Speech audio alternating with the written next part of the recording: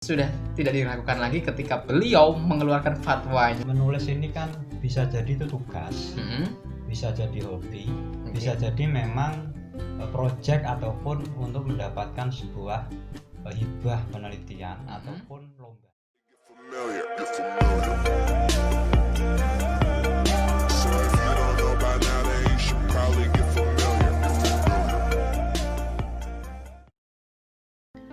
Assalamualaikum warahmatullahi wabarakatuh. Hello guys, kembali lagi di channel Aswaja Nesia TV dalam bincang Aswaja Nesia. Sahabat Aswaja Nesia, saya Wahyu Egy Widayat selaku moderator, dan di sebelah saya Bapak Hamidullah Ibda ini selaku koordinator gerakan literasi ma'arif atau yang terkenal GLM. Kemudian beliau juga seorang editor, ditambah beliau ini adalah seorang reviewer jurnal ilmiah. Dan tentunya ketika kita berbicara masalah prestasi, beliau pernah menjuarai menulis artikel ilmiah yang tingkatnya nasional maupun internasional. Jadi sudah tidak diragukan lagi ketika beliau mengeluarkan fatwanya. Oke, sahabat Aswaja Nesia, pembahasan atau topik kita kali ini itu tentang artikel. Tentunya artikel itu sudah tidak asing lagi bagi telinga sahabat Aswaja Nesia. Ya, kemanapun pasti dengar artikel, apalagi yang notabene adalah seorang akademisi, gitu ya. Nah, mari kita kupas sebenarnya apa sih artikel itu sebelum nanti kita masuk lebih jauh terkait dengan artikel. Nah, itu Pak. Jadi kan tentunya terkadang bagi mereka mahasiswa baru sudah nggak asing lagi, masih asing mendengar kata artikel. Ya, walaupun mereka itu sering mendengar, tapi secara substansi atau maknanya saya yakin masih belum begitu paham yang dimaksud dengan artikel. Nah, mohon sebelum nanti kita masuk ke lebih jauh lagi, tolong jelaskan apa sih artikel itu. Di buku Bahasa Indonesia Lanjutan untuk mahasiswa itu sudah saya tulis sebenarnya di situ. Artikel itu intinya karya tulis yang lengkap ya, itu secara bahasa. Cuman secara pembagian artikel itu kan ada artikel populer yang memang dimuat di media massa. Jenisnya ada opini, esai, dan beberapa rubrik yang lain. Bahasanya ringan, tidak terlalu kaku, fresh, dan tidak memakai kaidah selingkung atau author guideline, dan tidak memakai daftar pustaka. Sedangkan yang kedua, artikel ilmiah ya. Artikel ilmiah ini artikel yang karya tulis lengkap dengan metode, dengan riset, dengan author guideline atau pedoman penulisan atau gaya selingkung sesuai standar yang ditentukan, baik itu dari kampus, kementerian maupun redaktur atau redaksi dari jurnal. Itu tentunya berbeda. Untuk jenisnya sendiri banyak, seperti contoh tugas akhir, skripsi, disertasi atau artikel ilmiah yang dimuat di jurnal, proceeding, best practice, atau pula penelitian tindakan kelas ya, PTK, dan lain sebagainya. Banyak itu sebenarnya. Jadi itu definisi ataupun pembagiannya. Oke, itu terkait dengan definisi atau artikel. Jadi banyak sekali macamnya, ada artikel ilmiah, ada artikel populer, esai, dan yang lainnya gitu ya. Nah, kemudian ketika tentunya kalau waktu SMA itu jarang menulis artikel yang namanya artikel populer atau apa Pak. Saya yakin mereka lebih cenderungnya ke LKTI, Lomba Karya Tulis Ilmiah. KTI gitu, ya. Karya Tulis Ilmiah. Nah, lebih cenderungnya ke situ Pak. Nah, tadi juga udah dijelaskan menjelaskan. Nah, kira-kira ini bagi kaum akademisi atau pakar atau apapun yang lain itu, agar mereka itu dapat menulis ilmiah, karya ilmiah itu seperti apa Pak? Trik-triknya? Ya sebenarnya menulis ini kan bisa jadi itu tugas, bisa jadi hobi, bisa jadi memang project ataupun untuk mendapatkan sebuah hibah penelitian ataupun lomba. Nah, maka kalau strategi menulisnya sebenarnya kita mau menulis itu harus melihat tujuannya dulu. Kalau itu untuk kepentingan memenuhi tugas kuliah ya sudah, kita menulis sesuai dengan aturan gaya selingkuh atau author guideline dari masing-masing kampus atau masing-masing dosen memiliki kaidah selingkuh tersendiri. Kalau itu untuk best practice yang untuk kepentingan PAK ya, penilaian angka kredit ya harus sesuai aturannya. Kalau mau dikirim ke jurnal ilmiah yang nasional maupun internasional, ya kita harus merujuk ataupun memenuhi aturan dari jurnal tersebut. Dan tentunya di jurnal itu sudah disediakan namanya template, dan kita tinggal download, tinggal menyesuaikan dengan template. Nah, di situ ada aturannya jelas, Pak. Jadi itu langkah teknis sih sebenarnya. Nah, tadi kan kita karya tulis ilmiah. Nah, tadi juga Panjenengan nyebut jurnal. Jurnal itu apa, Pak, sebenarnya, Pak?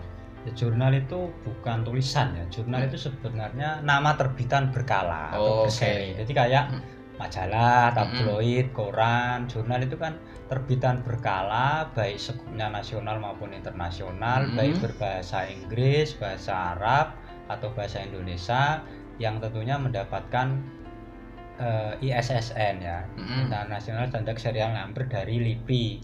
Bisa nanti print PISSN dan E atau elektronik ISSN. Jadi beda-beda, ada yang versi cetak, ada yang versi daring atau elektronik. Jadi itu definisi jurnal sebenarnya.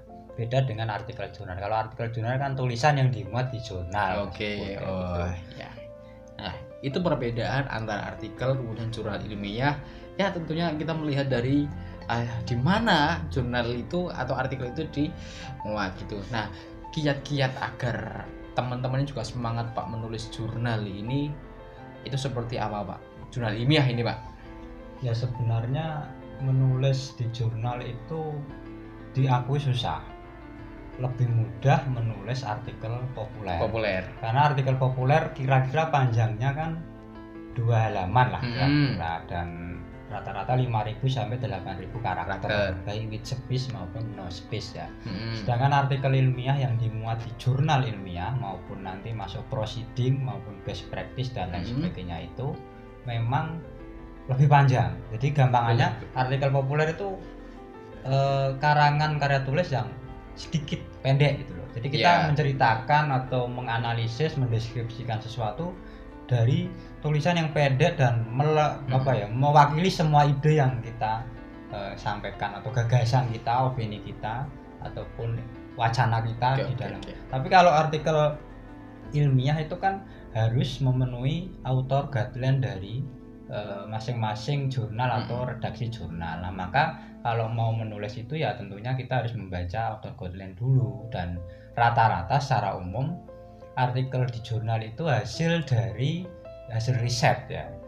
Beda dengan skripsi kan memakai bab, tesis, disertasi memakai bab, maupun tugas akhir ya untuk diploma itu memakai bab. Tapi kalau artikel ilmiah di jurnal itu kan tidak memakai bab. Polanya dia hanya secara umum ya hanya improt ya. Improt itu I-nya introduction, pendahuluan, M-nya metode, dan RAD-nya research and discussion, hasil dan pembahasan. Jadi hanya sesimpel itu. Cuman dia disajikan dari naskah riset kita yang 500 halaman misalnya, ada menjadi 15 sampai 20 halaman rata-rata. Dan itu harus memenuhi author guideline. Nah, jadi misalnya pendahuluan, introduction ya isinya apa, biasanya latar belakang masalah, rumusan masalah, dan metode apa yang digunakan, jenisnya, metode pengumpulan data, metode analisis data. Hasilnya ini riset dan discussion itu hasil menjawab dari rumusan masalah. Kalau rumusan masalahnya 3 ya hasilnya 3. Nah, kalau 4 ya 4, dan terakhir mungkin simpulan dan daftar pustakanya itu sebenarnya. Dan yang paling pokok sebenarnya kalau menulis artikel ilmiah yang dimuat di jurnal ini kan berat, dan dosen saja kadang pusing ya ketika PAK dari asisten ahli ke lektor kepala sampai guru besar, bahkan nanti sampai skopus dan sinta itu kan berat. Maka kalau yang paling mudah ya nanti akan kita bahas strategi lebih detailnya, tapi yang paling pokok yang ini saya sampaikan di video ini sebenarnya perbedaan artikel ilmiah dan artikel populer. Jadi artikel populer ini cerita atau narasi gagasan yang ditulis dengan singkat. Tapi ketika kita terbiasa menulis artikel populer, disuruh menulis artikel ilmiah itu akan susah. Begitu pula sebaliknya, kita terbiasa nulis artikel ilmiah dengan teori, rujukan, data, analisis.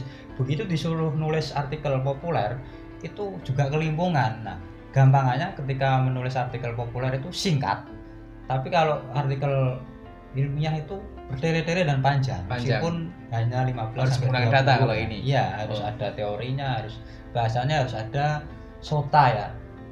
state of the art of research-nya gitu. Oke. Kayak selingkong yang memang harus dipatuhi seorang penulis dan nanti sampai pada mengecek plagiasi, memakai manajemen referensi, ada Zotero, Turnitin dan sebagainya. Nah, itu untuk cek plagiasi.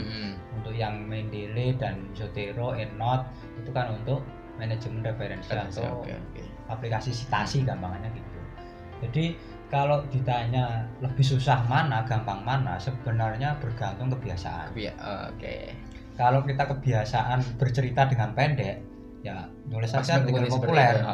Kalau kita ingin bertele-tele memakai teori rujukan, hasil analisis data ilmiah gitu loh. Tetapi kan bisa kedua-duanya. Artinya kalau kita mengacu pada teori linguistik, menulis itu ya language is habit ya. Karena menulis kan bagian dari catur tunggal keterampilan berbahasa, bahwa menulis itu kebiasaan. Kalau memang tidak semua orang lihai dan menguasai dua artikel ini ya, artikel populer maupun artikel ilmiah. Makanya yang saya alami itu sebenarnya karena dulu terbiasa menulis artikel populer ketika saya masuk jadi dosen, itu juga awal dulu agak kesusahan, ini kok harus merujuk, harus berdasarkan ini, berdasarkan itu. Dengan kalau artikel populer kan kita bebas kita ngomong apa saja, yang penting logis dan itu tidak plagiat, sah-sah saja, tidak masalah. Jadi itu sih sebenarnya. Tapi kalau ditanya lebih gampang mana, tidak bisa menjawab. Bergantung kebiasaan. Tergantung orangnya gitu ya. Tergantung orangnya juga. Tapi kalau disuruh memilih ya saya memilih artikel populer. Tapi kalau ini tugas akademik dan apalagi luaran di akreditasi ya, khususnya di kriteria 9 kan harus ada artikel ilmiah yang tentunya nanti harus menyesuaikan dengan grade ataupun akreditasi dari jurnal tersebut. Dan beberapa kali memang saya mereview jurnal yang itu juga nyuwun sewu, banyak doktor bahkan mau profesor itu juga bahasanya kacau. Ini baru pendahuluan saja ini kehilangan arah itu loh. Ini mau ngomong apa tuh rak jelas gitu. Berarti bisa dilihat dari tulisannya Pak, skill dari orangnya itu. Ya jelas. Sebenarnya menulis itu kan menceritakan sesuatu ya. Kita mengisahkan, cuman ada data, ada teori, ada tadi ya state of the art of research-nya itu jalan atau tidak. Jadi cara berpikir ilmiah atau kita curhat tapi dengan bahasa ilmuwan gitu loh. Tidak bahasanya harus ragam bahasa formal, tidak boleh bahasa slang, bahasa sehari-hari atau bahasa tidak baku. Jadi itu sih sebenarnya.